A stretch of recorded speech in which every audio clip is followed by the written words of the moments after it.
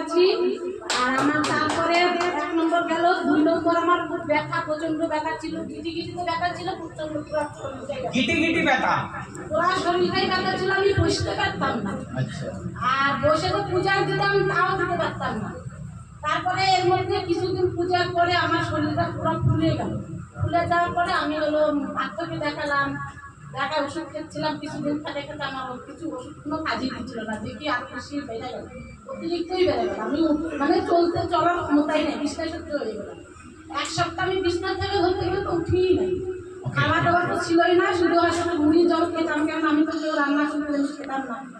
আর আমার মা না জল চান করে দিলে হয়তো সিদ্ধ অন্ন করে দিত, কোনো সময় সেটা ঠাকুরকে দিতে পারতাম না। আমি মানে প্রপার কাজ করতে পারতেন না? না, আমি কিছুই করতে পারতাম না। আর পুরো কান্না করতাম, সব সময় কাঁদতাম।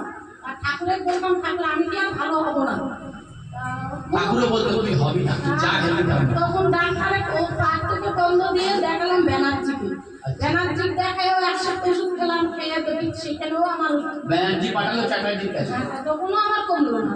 তখন আমার পাশে থেকে একজন হলো, আমার বাড়ি পাশের এক বাড়ি, বলো কি তুমি হসপিটালে একটা ভালো ডাক্তার আছে, অল্প দিন হলো আসছে, তো ওনাকে একটু দেখো তো। ওনাকে গেলাম, নামটা আমার মনে নাই। একদিন গেছি, দেখানোর পরে তখন আমার কথা সব রিপোর্ট লেগে দিল। রিপোর্ট লেগে দিল, আমি আমার মনে রিপোর্ট করে রিপোর্ট আমার স্বামী নিয়ে চলে গেল। নিয়ে যাওয়ার পরে ওখানে রিপোর্ট করলাম, 14,500 টাকা ওখানে লাগলো। বা একটা রিপোর্ট ক্যাশ দিলেন না অনলাইন? না, ক্যাশই দিয়েছি। কটা 500 নোট ছিল? সবই ছিল। কটা 10 টাকার নোট ছিল? কোনো কিছু ছিল না, সব 500 টাকার নোট। আমি ব্যাংকে দেখে এখন কি কি ভালো হয়েছে? এখন ওখান থেকে না, আমি একটু বলে নিই। ওখান থেকে যখন আসলাম রিপোর্ট নিয়ে, তখন ওখানে হসপিটাল আবার পরের দিন গেলাম। যাওয়ার পরে বললাম আমার ফোনলাইন হয়েছে, থাইরয়েড আছে, এগুলো তো আমি আগেও রিপোর্ট করেছিলাম, ওগুলো ধরা পড়ছে। ওষুধ খেতাম, থাইরয়েডের ওষুধ খেতাম, মাঝে মাঝে তুলে যেতাম, এরকম হয়ে বলতো। ওদের মধ্যে পূজার পরে বেশি হইল। তারপর ওখানে যে রিপোর্টগুলো বললাম, তখন মানে কোলেস্টেরল হাই রাখতে হবে, প্রেশারও হাই প্রেশার, লো প্রেশার ছিল, হাই প্রেশার হয়ে গেছে।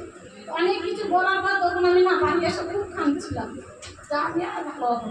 আর আমাদের বাড়ির লোকও বলতো যে তুমি আমরা ভালো হবে না। আমি যেগুলো কথা বলছি সেগুলো তো ওগুলো মানে অনেক রকম বলেছি। বলার পর তখন আমি বসে আছি, একটু রোদ আমার নিয়ে ধরে নিয়ে যা রোদের মধ্যে বসাইছি। বসাতে আমি বসে থেকে একটু মুড়ি চাপাচ্ছি।